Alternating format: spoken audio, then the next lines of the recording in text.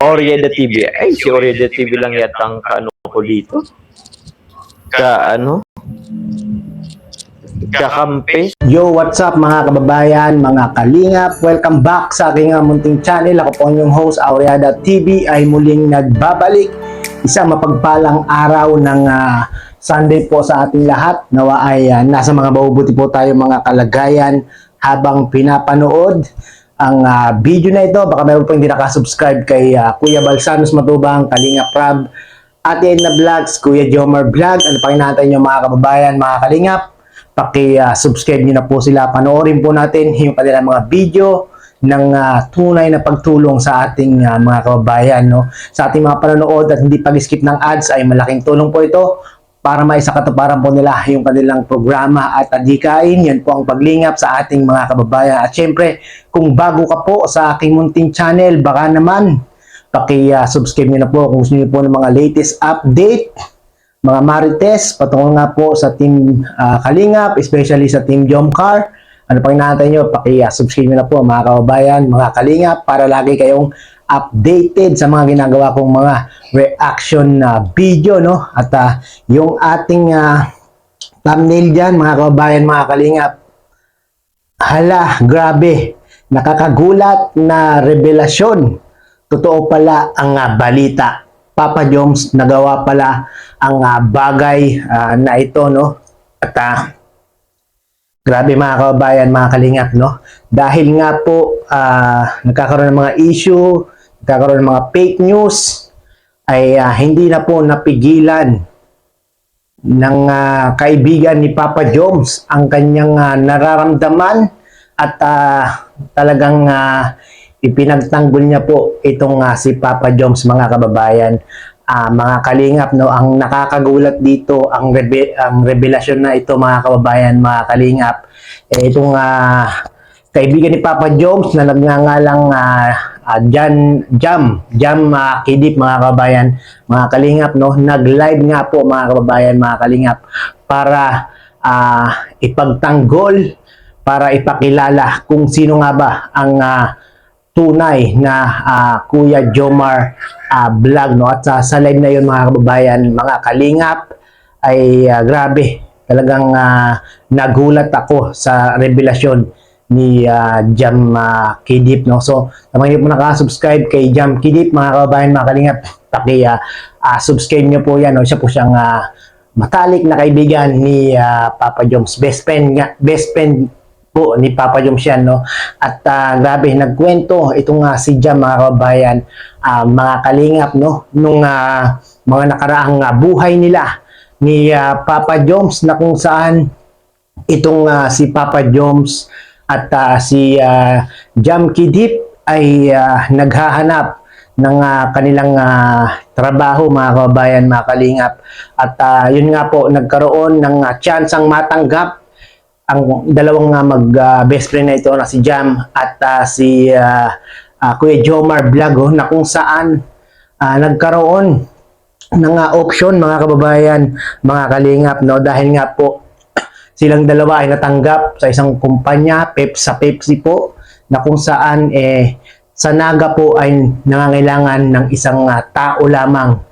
At yung isang tao po i-deploy po sa ibang lugar na kung saan malayo po sa Naga, no? At talagang namumroblema nga po itong si Jam, mga kababayan, mga kalingap, no? Dahil nga po ayaw ni Jam na mapunta siya sa malayong lugar, no? Ito pa lang si Jam, mga kababayan, mga kalingap, ay isang breadwinner ng kanilang pamilya. Alam niyo po ba kung anong ginawa ni Papa Joms, mga kababayan, mga kalingap, para lang po itong si Jam ay makapasok sa Pepsi Naga? Alam niyo po ba kung anong ginawa ni Papa Joms? Ang ginawa po ni Papa Joms, mga kababayan, mga kalingap, grabe, ngayon ko lang din nalaman to, no?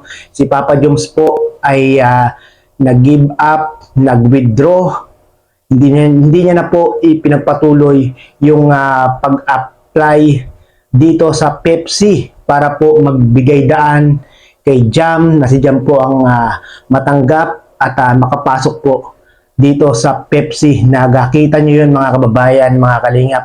Ngayon ko lamang din na narinig, ngayon ko lang din napanood itong revelasyon na ito ni Jam Kitib, na kung saan kayang-kaya palang gawin ni Papa Joms ang bagay na ito, no? At talagang nung panahon na yun mga kababayan, mga kalingap, itong si Jam talaga namang kailangan ni Jam yung trabahong iyon, no? Kaya naman po talagang nag-giveaway na si Papa Joms para si Jam na po yung makuha nung kumpanya ng Pepsi, no? Na kung saan nung mga panahon na yon, ang sabi ni Jam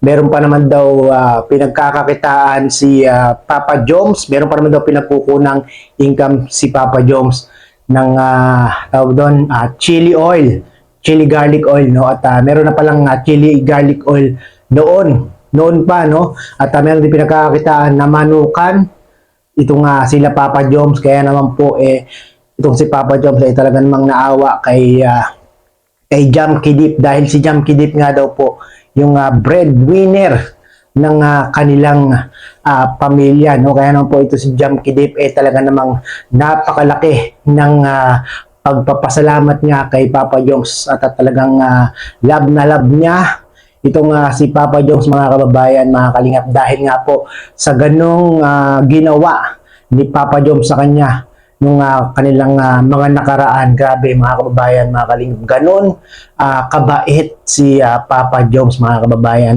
mga kalingap, no? Lumabas na nga lang po itong si Jam Kitib dahil nga po talagang hindi niya natiis, hindi niya na nakapagtimpe, at talagang sumabog na yung kanyang damdamin, dahil nga po nakikita niya na nababasa niya na itong si Papa Joms, yung kanyang best friend, ay talaga namang binabato ng mga issue ng mga fake news. Kaya naman po talagang ipinakilala ni Jam Kitib si Papa Joms sa kanyang live kahapon, no? Doon nga talagang sinabi ni Papa Joms, ni Jam Kitib, kung ano nga ba ang tunay na ugali ni Papa Joms, at ano bang klaseng kaibigan si Papa Joms. Talagang nakakagulat to mga kababayan, mga kalingap, no? Talagang para matulungan ni Papa Joms si Jam Kitib ay nag-giveaway po, nag-withdraw po siya doon sa trabaho para po si Jam Kitib na nga po ang mag-stay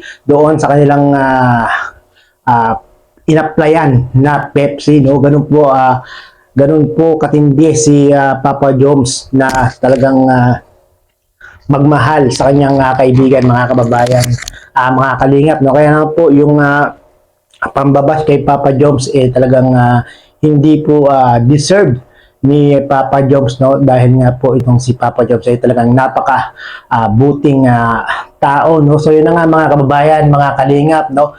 Sa mga hindi po nakapanood ng live ni Jam Kitib, doon nyo po malalaman kung anong klaseng merong pagkatao si Papa Joms, anong klaseng kaibigan si Papa Joms kay Jam Kitib, no? Panoorin nyo po yan mga kababayan, mga kalingap. So hanggang dito lang po ang aking reaction video.